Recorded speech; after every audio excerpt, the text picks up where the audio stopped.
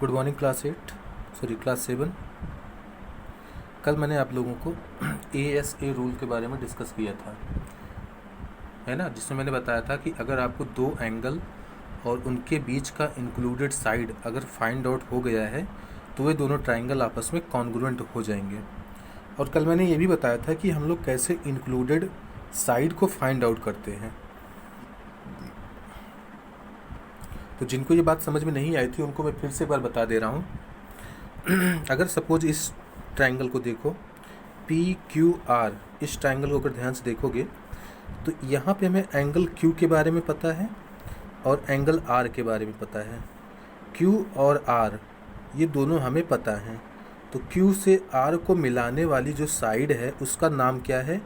उसका नाम है QR। तो QR ही वो साइड है जो हमारे लिए इंक्लूडेड साइड होगी, और इंक्लूडेड साइड यहाँ पे 6 सेंटीमीटर दी हुई है, ठीक है। और इस ट्राइंगल में देखो यहाँ पे एंगल L जो है वो 60 डिग्री है, एंगल N जो है वो 30 डिग्री है। L से N को मिलाने वाली जो साइड है वो है LN। LN कितनी है? 6 सेंटीमीटर है।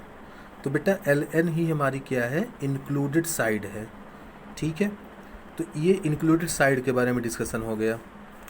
अब इस क्वेश्चन को डिस्कस करते हैं। In triangle PQR and triangle LMN हमें फाइंड आउट करना है कि ट्राइंगल PQR किसके कॉन्ग्रुएंट है। तो मैंने कल ही बता दिया था, इस पे बेस्ड एक क्वेश्चन मैंने करा दिया। इस पे बेस्ड मैंने एक क्वेश्चन कल ही करा दिया था, आज फिर से एक क्वेश्चन करा रहा हूँ।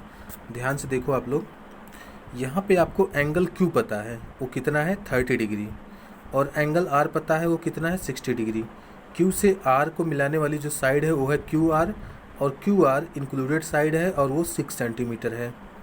सिमिलरली यहाँ एंगल L पता है 60 डिग्री, एंगल N पता है 30 डिग्री। L से N को मिलाने वाली जो साइड है वो है LN, और LN ही हमारी क्या है? इंक्लूडेड साइड है, और इंक्लूडेड साइड हमें पता है 6 सेंटीमीटर। तो बेटा यहाँ पर भी इंक्लूडेड साइड 6 सेंटीमीटर है और यहाँ भी इंक्लूडेड साइड 6 सेंटीमीटर है। तो अब हम लोग आगे बढ़ते हैं।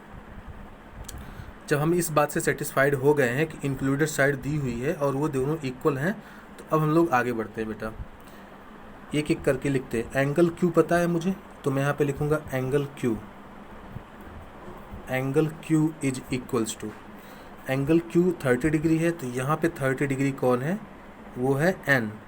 तो मैं angle Q is equals to angle N लिख दूंगा।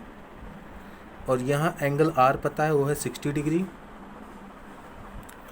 तो यहाँ लिखूंगा मैं angle R is equals to 60 degree है एंगल R, और यहाँ पे एंगल L है वो है 60 डिग्री, तो यहाँ लिखूंगा एंगल L, ठीक है।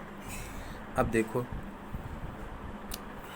हमें ये पता है QR 6 है और LN 6 है, तो यहाँ लिख रहा हूँ QR इज इक्वल्स टू।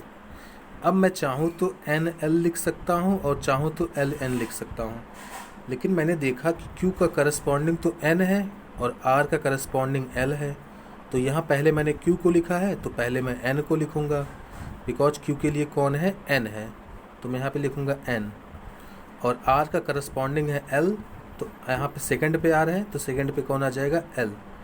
तो QR is equals to NL, ठीक है। तो ये तीनों चीज़ें हमें पता चल गई। कौन कौन?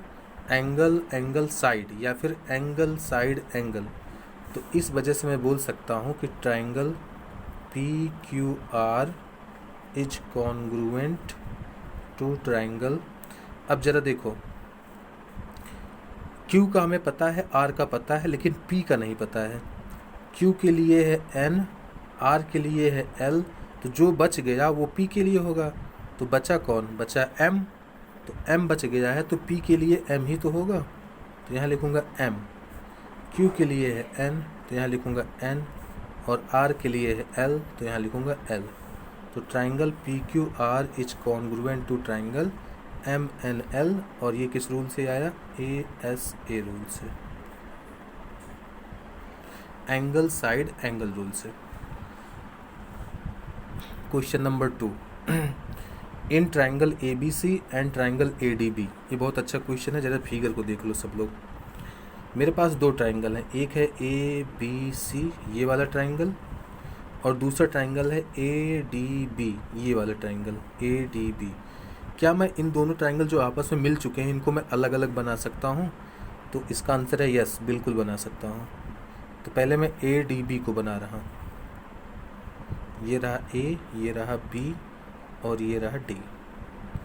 यहाँ पे अगर आप लोग ध्यान से देखो तो ए डी बी में एंगल बी जो है वो 30 डिग्री है।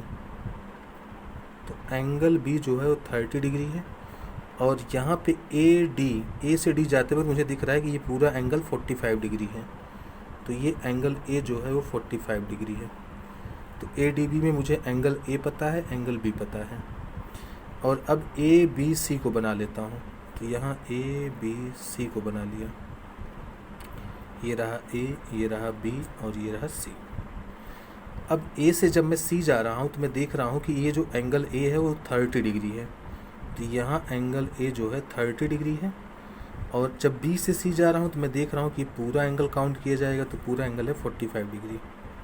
तो ये है 45 डिग्री। तो बेटा मुझे दो एंगल पता चल चुके हैं। यहाँ पे एंगल ए 45 है, यहाँ एंगल ए 30 है, यहाँ एंगल 30 है, एंगल बी 45 है। ठीक है।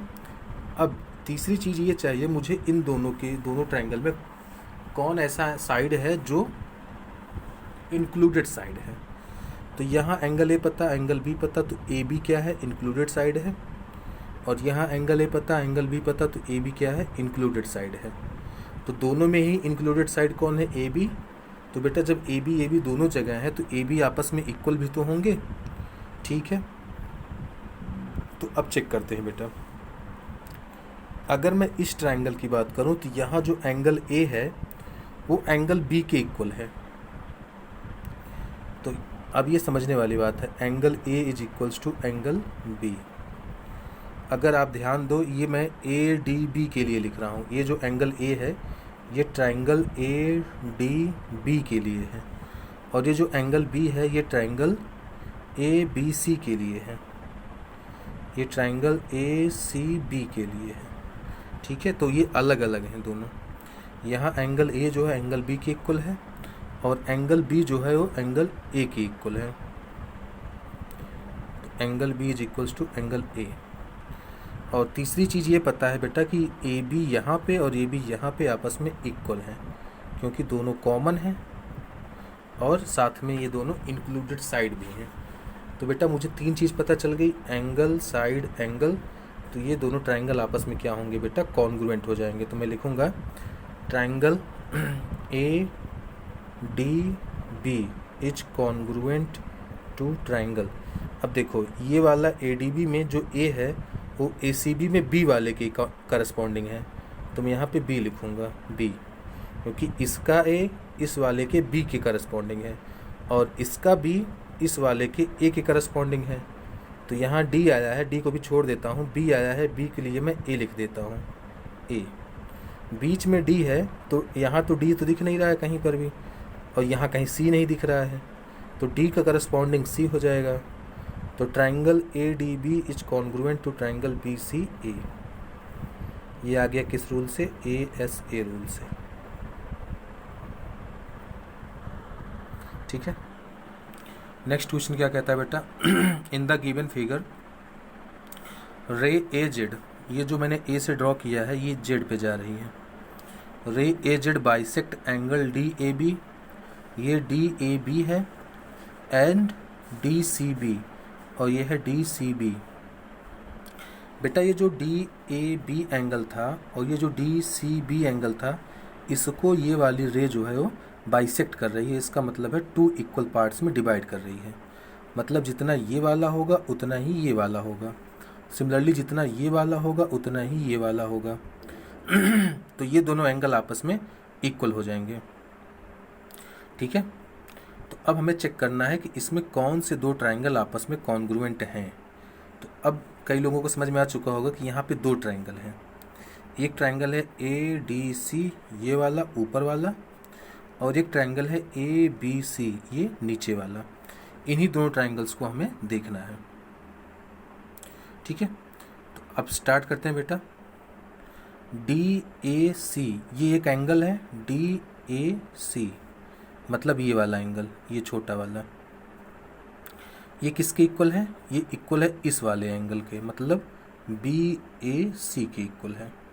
ठीक है, angle D A C is equals to angle B A C.